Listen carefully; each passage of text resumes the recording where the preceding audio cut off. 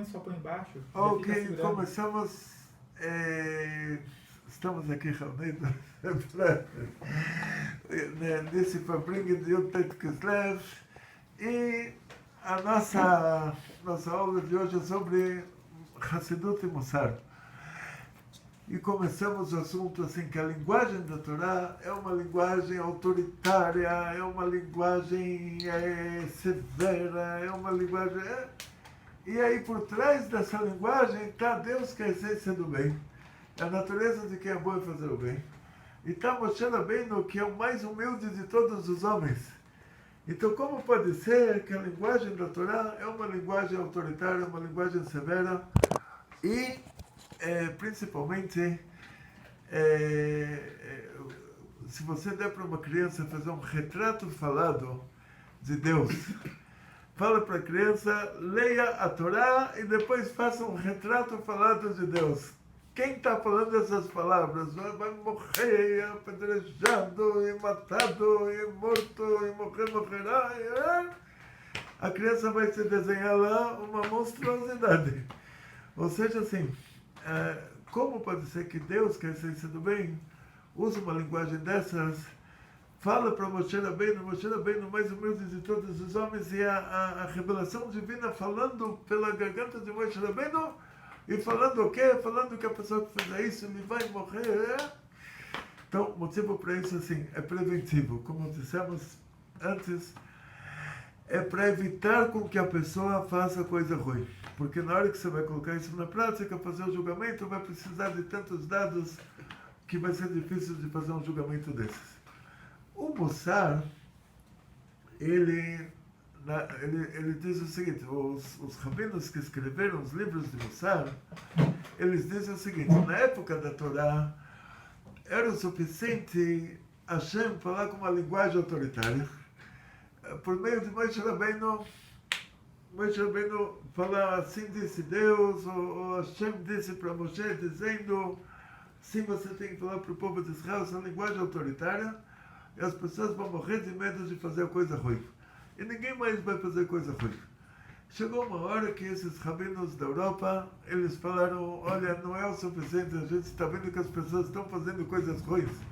Então a gente tem que pegar essa linguagem básica da Torá, que é essa linguagem autoritária, e agora vamos amplificar ela. Então, se Deus falou que essa pessoa vai morrer, então a gente tem que falar que ele vai morrer, mas ele vai sofrer antes de morrer, e ele vai sentar no formigueiro, as formigas vão morder ele, e uma formiga vai morder pelo lado direito, a outra vai morder pelo lado esquerdo, a outra vai morder pelo lado... E aumentar isso 5 páginas do que Deus falou, usou essa linguagem autoritária, para deixar para a pessoa bem claro que se ele fizer uma coisa ruim, ele vai ter um final infeliz. Isso é o Mussar. Quem aderiu a esse movimento chamado de Mussar, geralmente eram pessoas que se identificavam com isso.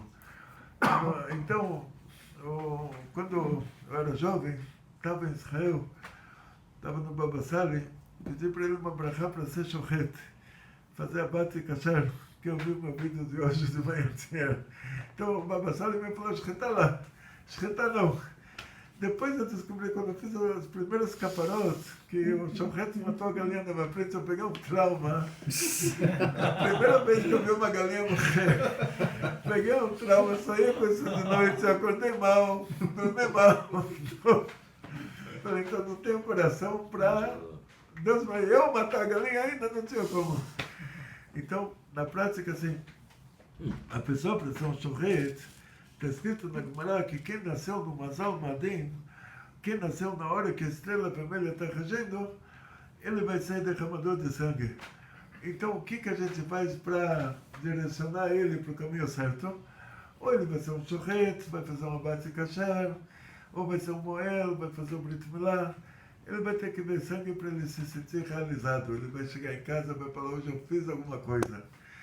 Então, na prática, o Mussar é a mesma coisa. Tinha gente na Europa, tinha rabinos, o fato de uma pessoa saber toda a Torá não quer dizer que ela é uma pessoa boa. Ser alguém bom, ser alguém ruim, é outra coisa.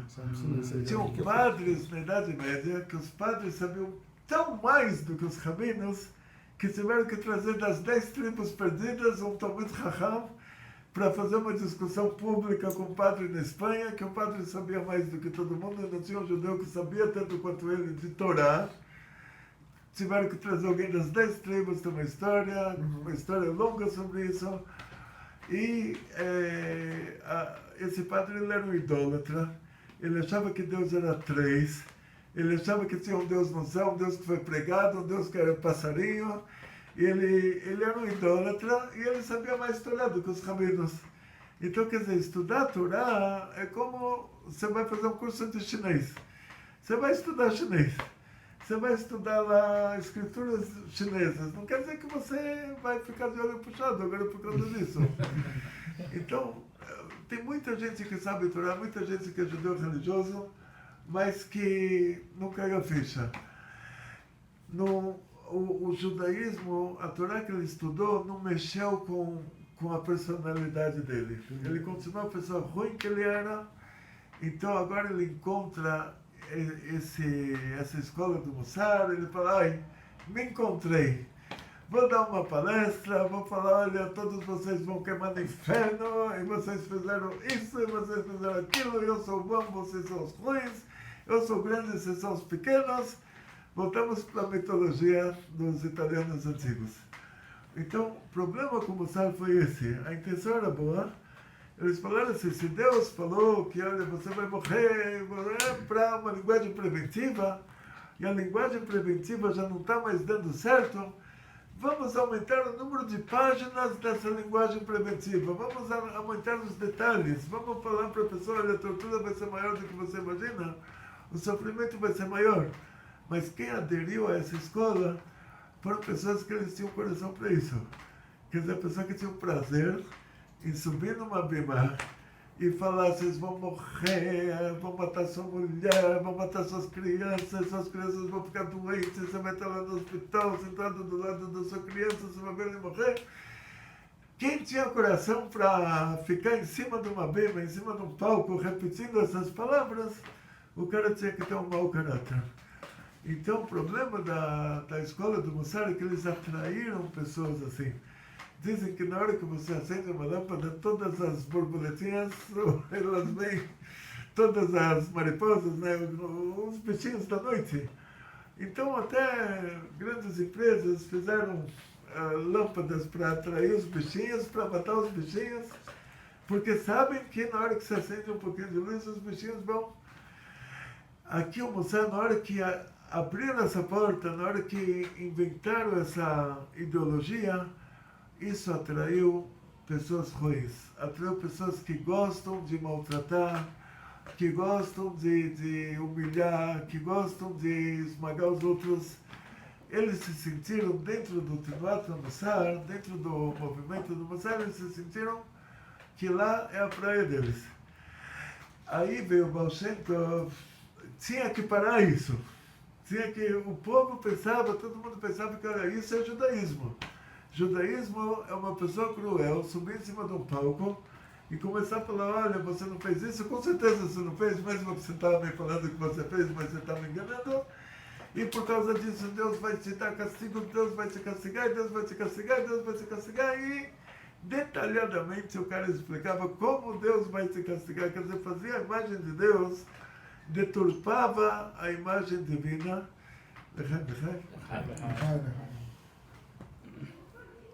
Fala para não ver que o Lechek foi com Coca-Cola, né?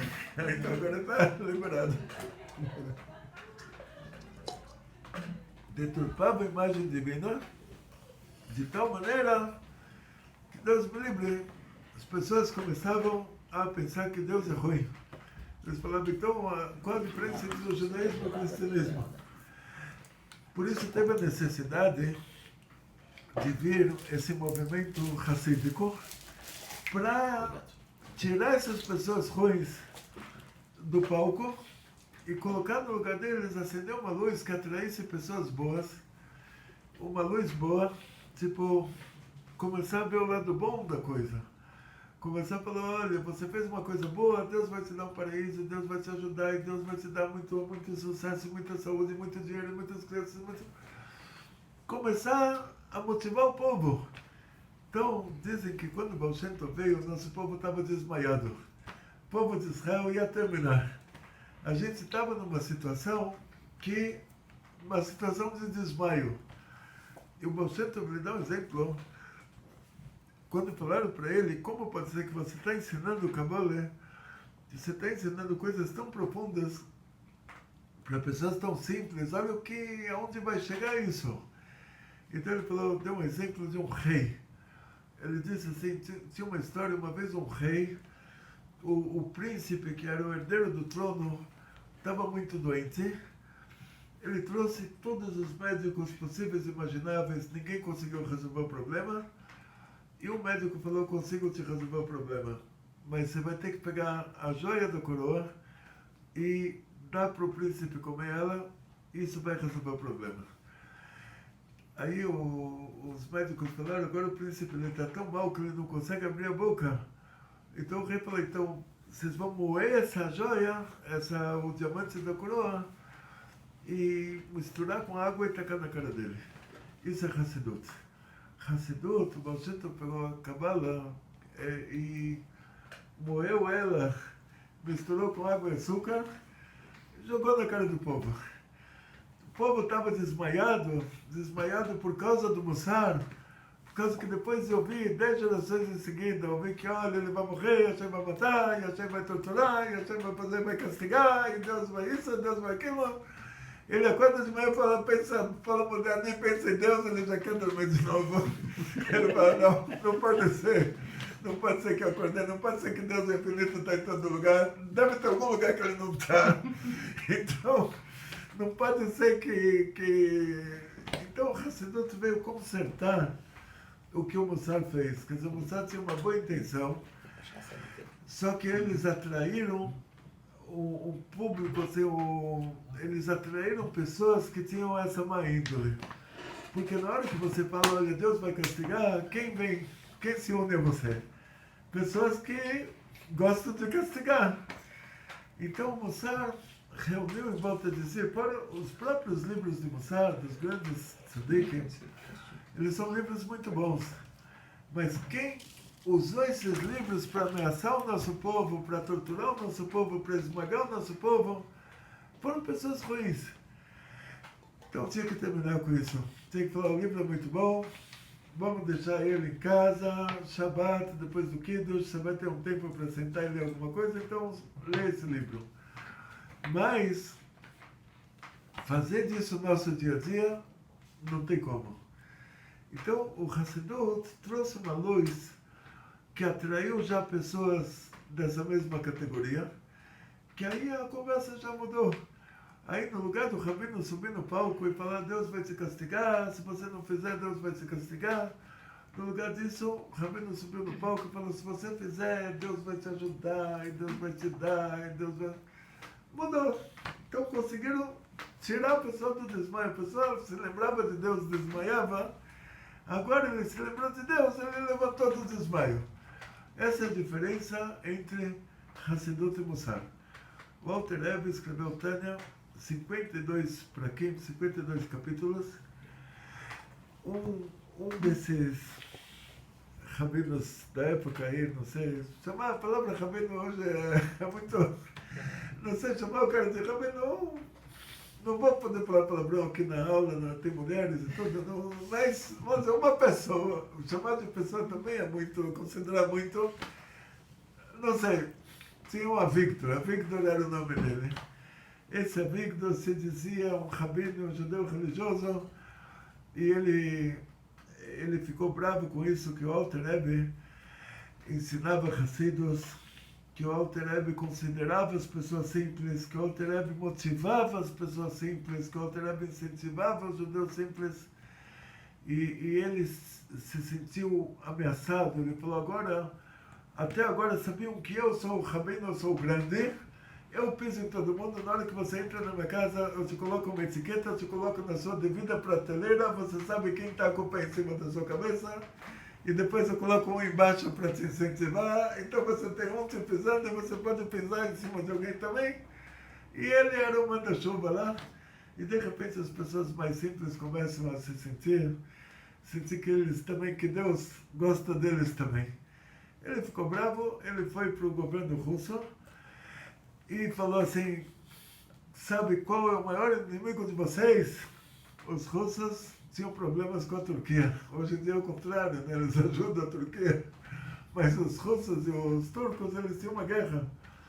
Então esse amigo, ele falou, olha, tem um rabino judeu que ele está arrecadando fundos na Rússia e ele está mandando para a Turquia. Para a Turquia lutar contra